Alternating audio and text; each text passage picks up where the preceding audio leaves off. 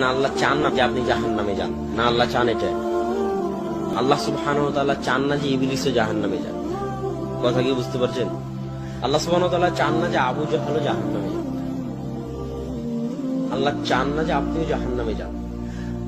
এই জন্য একজন ব্যক্তি যখন মরুভূমিতে তার উট হারিয়ে ফেলে, তো মরুভূমির রাস্তা চেনা খুব কঠিন। আপনি নিজেও একবার মরুভূমিতে হারিয়ে গেলে আর বের হতে পারবেন না। ওই একই জায়গার মধ্যে ঘুরপাক খাবেন, রাস্তা খুঁজে বের করতে পারবেন। সব দেখতে একই রকম মনে হবে, পাহাড় সব একই রকম, বালু সব একই রকম, ফিল্ড সব একই রকম, ধুধু মরুভূমি। কোন দিকে যে যাচ্ছি, কোন দিকে যে পূর্ব, কোন দিকে যে পশ্চিম, রাস্তা খুঁজে বের করে পার হতে পারবেন না। মরুভূমিতে ঘুরতে ঘুরতে মারা যাবে।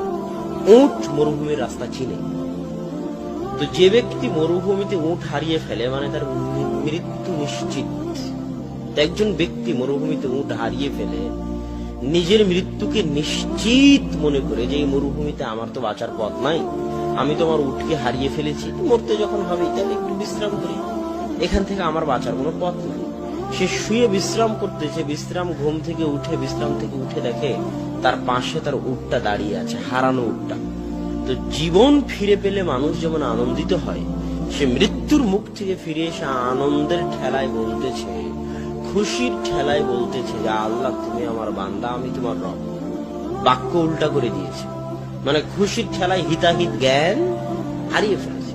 তো আল্লাহ সুবহানাহু ওয়া তাআলা বলতেছেন, এই মানুষটা মৃত্যুর মুখ থেকে ফিরে এসে যতটা না আনন্দিত, আমার কোন বান্দা যে আমার সাথে সম্পর্ক রক্ষা করেনি দুনিয়াতে যাওয়ার পরে। আপনাদের কয়জনের দাবি করতে পারবেন আল্লাহর সাথে সম্পর্ক আছে? কয়জন? সালাত আদায় না করলে আল্লাহর সাথে সম্পর্ক থাকে? বলেন, সালাত আদায় না করলে আল্লাহর সাথে সম্পর্ক থাকে? আপনাদের কয়জনের আল্লাহর সাথে সম্পর্ক আছে? কয়জনের দাবি করতে পারবেন যে হ্যাঁ আমার সাথে আল্লাহর সম্পর্ক আছে, ছিন্ন হয়ে যায়? আপনার সন্তান যদি আপনার সাথে সম্পর্ক ছিন্ন করে, আপনার সন্তান যদি হারিয়ে যায়, তো মায়ের কষ্ট কেমন হয়, পিতার কষ্ট কেমন হয়, আর ওই সন্তানের কষ্ট কেমন হয়? ইউসুফ আলাইহিস সালাম কোথায় 20-25 বছর হারিয়ে গেছেন, বাপ জানি না ইউসুফ কোথায়। কাঁদতে কাঁদতে ইয়াকুব আলাইহিস সালামের চোখ পর্যন্ত অন্ধ হয়ে গেছে। তো বাপ কষ্টে আছে না নাই? তো সন্তানকে হারিয়ে ইয়াকুব আলাইহিস সালাম যত কষ্টে আছে, আপনি আপনার সন্তানকে হারিয়ে যত কষ্টে থাকবেন, আল্লাহ বলতেছেন যে এই যে মানুষটা মৃত্যুর মুখ থেকে ফিরে এসে তার উট ফিরে পেয়ে যতটা না আনন্দিত হয়েছে, আমি আল্লাহ আমার কোন বান্দা যে দুনিয়াতে যাওয়ার পরে আমার সাথে সম্পর্ক রাখেনি, তাকে হারিয়ে আমি যে কতটা কষ্টে ছিলাম, সে যদি কোনোদিন আমার নিকটে ফিরে এসে তওবা করে, তো মৃত্যুর মুখ থেকে ফিরে আসা এই লোকটা যতটা না আনন্দিত, আমি আল্লাহ তার চেয়ে বেশি আনন্দিত হব। তারপরেও কি আপনি চাইবেন না আল্লাহর দিকে ফিরে যেতে, আল্লাহর সাথে সম্পর্ক তৈরি করতে? পৃথিবীতে কেউ আছে আল্লাহ ছাড়া আপনার?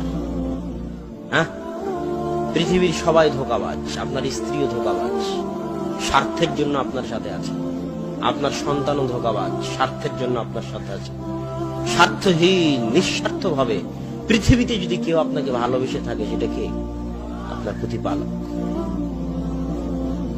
তো আল্লাহ সুবহানাহু ওয়া তাআলার এই ভালোবাসার গুরুত্ব আমাদের বুঝতে হবে, এবং আমাদের উচিত যত দ্রুত সম্ভব আল্লাহর দিকে ফিরে যাওয়া। আজকেই তওবা করে আল্লাহর দিকে ফিরে যাওয়া, ওযু করে 2 রাকাত সালাত আদায় করে, বক্তব্য প্রোগ্রাম শেষ করে নিজ নিজ বাড়িতে গিয়ে ওযু করে 2 রাকাত সালাত আদায় করে সবার উচিত পুনরায় আল্লাহর সাথে সম্পর্ক তৈরি করা।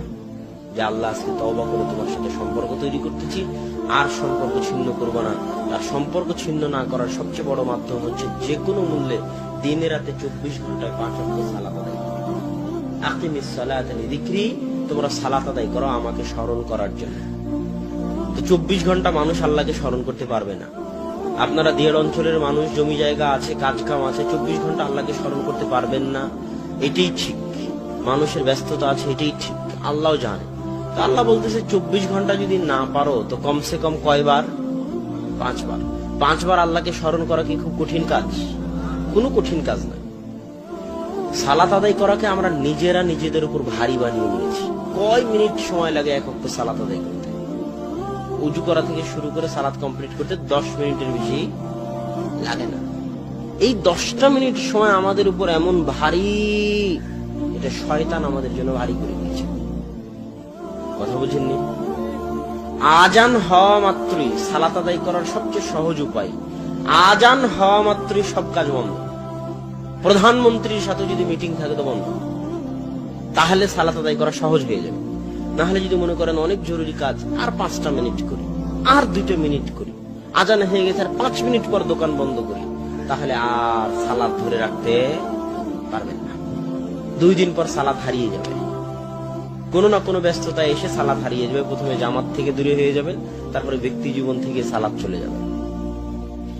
আর যদি এটা মূলনীতি বানিয়ে নেন যে আল্লাহু আকবার মুয়াজ্জিন বলেছে মানে আমি যে অবস্থায় থাকি না কেন, যদি শয়তানের সাথে মোকাবেলা করতে পারার সবচেয়ে বড় মাধ্যম।